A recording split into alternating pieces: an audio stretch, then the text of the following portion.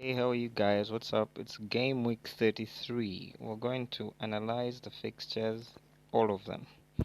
And we had a very rough game week, and the games have been coming quick and fast, so that has slowed down the processing in terms of the videos for the channel. I apologize for that. So let's get right into it. Uh, what you're seeing on the screen is the list of players that Bournemouth will not have when they're going to be playing Manchester United this weekend. So the last time these two faced off, United and Bournemouth won with a 1-0. So the players that you're seeing, Fraser, Wilson, Brooks, and Joshua King, these are the players that have been very influential for Eddie Howe in the past few seasons. So the fact that all his key players are not playing will be a very huge factor. It's like having Manchester United without Bruno Fernandez, Rashford, Pogba, Bissaka, and Martial. Having all those out, and then how are you going to compete? So this is a tough one for Eddie Howe, but the show must go on. So looking at this fixture, the key players for the game, you've seen the way Bruno Fernandes has taken the game by the scruff of its neck. He's been man of the match for Manchester United in 7 out of his 8 Premier League games. People are even beginning to compare him to the late Eric Cantona, the great. So the best thing about having Bruno Fernandes in your team is that he is the penalty taker maestro, and he's also a free kick maestro. Going on, Pogba, you've seen those two combining, they can be very devastating. Pogba has already assisted in every game that has started since the restart. Then Rashford has been looking quite lively, but he hasn't had the same luck that he had. We're cutting him some slack because he's coming from a nasty injury, but I'm pretty sure with the fixtures that United have coming on, he'll be able to catch on with everybody else. So that's that for that game. Let's look at the next fixture for the weekend that we have, which is Wolves and Arsenal. I frankly think that this is a game that Arsenal should be winning, but looking at the way their defense is, there are gaping holes in that defense. So Wolves should be able to scruff something out of this game. So if you can, as you can see here, it shows that the last time these two faced off, Wolves drew with Arsenal in November. It was a 1-1 draw, and that time Arsenal's defense was even a bit better than what we are seeing these days. So the key players in that game, the people that you should be looking at to transfer in your squad are Aubameyang, who is currently the top scorer of the league with 19 goals. He's looking to retain his golden boot because last season he tied with Sadio Mane and Mohamed Salah. Saka just signed a 5-year contract because of the work that he's been putting in for the past 3 months. He assists each and every other game week, which means that he's an asset to Mikel Arteta for now. So he's been awarded with a juicy contract, and I'm pretty sure he'll continue attacking that left flank. And even though Wolves are not that porous, I'm pretty sure he'll have some time to attack the left side.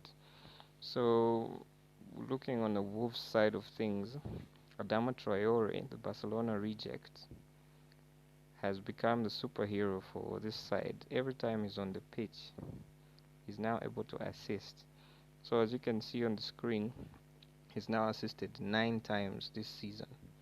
So he's someone who's currently unplayable by the other defenders. They're always having a hard time to defend against him. And he's third in the list actually for this season because debryne has got the highest, then followed by Trent, then it's Adama Traore. So each time he assists or each time he's on the pitch, his main objective is to cross to the guy who's a very big threat. That's Jiminez, his team player.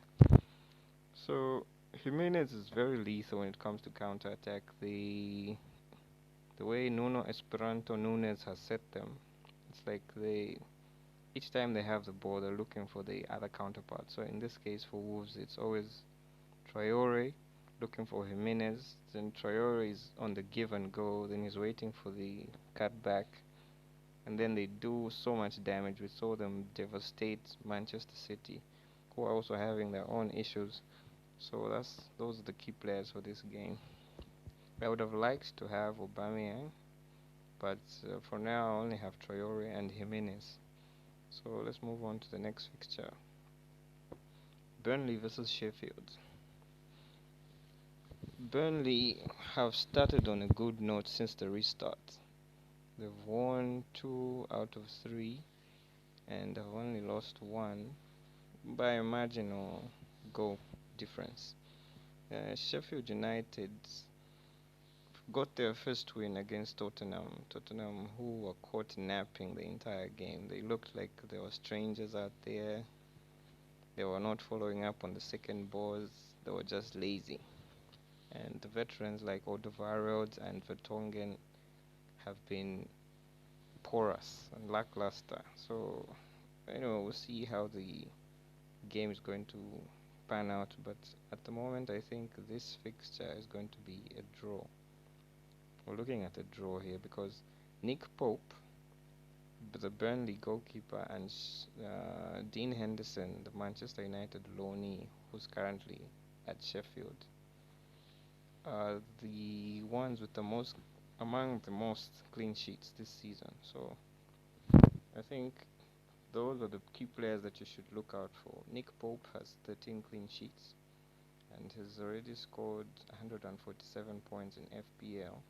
He's currently the highest scoring goalkeeper this season. Then Dean Henderson, the guy between the sticks from Sheffield United, has 11 clean sheets and has scored 137 points.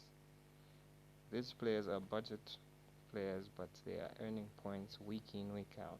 And looking at the way these two defenses are compacted, it's no surprise that they are safe in mid-table and pushing for higher places.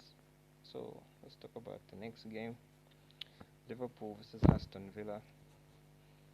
Liverpool won the reverse fixture 2-1 the last time Aston Villa were at home. So I think Liverpool would want to bounce back from the humiliation that they got from Manchester City. Yes, everyone will cut them some slack because they had just been announced. It's the first league after 30 years, so they might have had one too many to drink and forgot about the objective of playing their fiercest rivals, Manchester City, who gave them a humble hammering.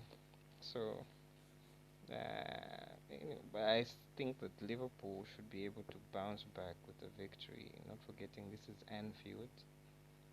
They have not lost all season here, and the last time Liverpool lost at Anfield dates back to 2.5 years ago, so there's some history there.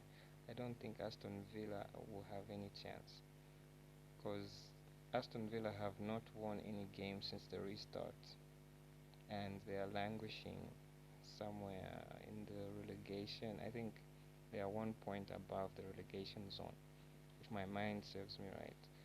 I see Aston Villa losing this game heavily because Liverpool will be out for blood. They would like to show that they are champions, and I think they'll shove their authority down Aston Villa's throats. So anyway, let's look at the next game. So the key players for this game, before I move on, Jack Grealish is the most fouled player in the league this season.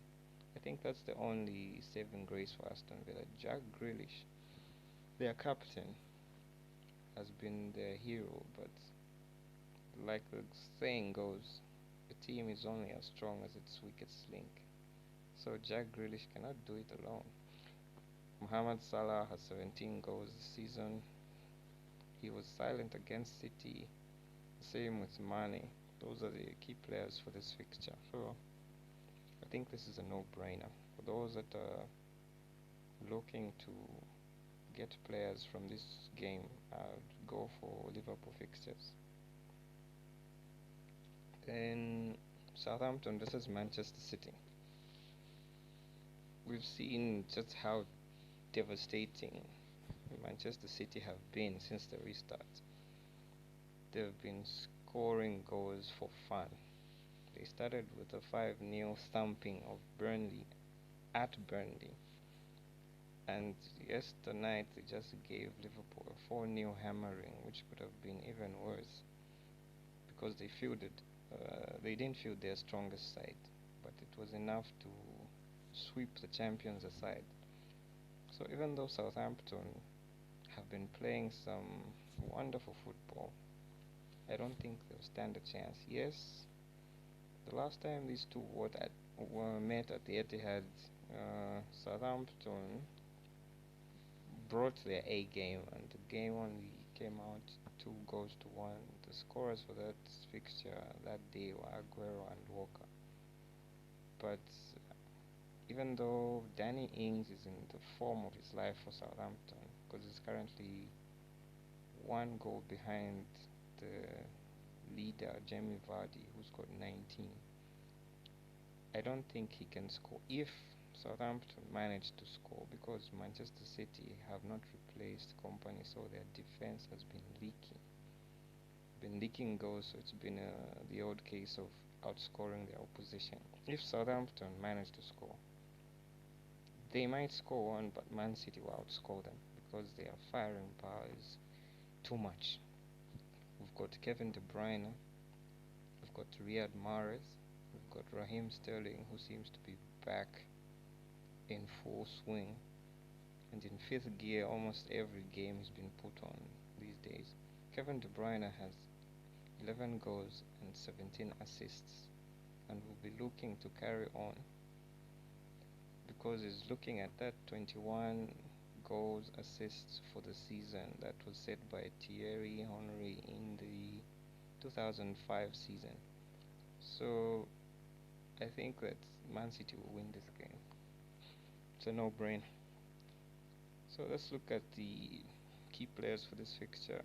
Like I said, Danny Ings, Kevin De Bruyne is the 3rd highest scoring player for Man City this season, with Sergio Aguero, who's got 16 and down and out for the season, will not be playing. Then the second one is Raheem Sterling, who's got 13.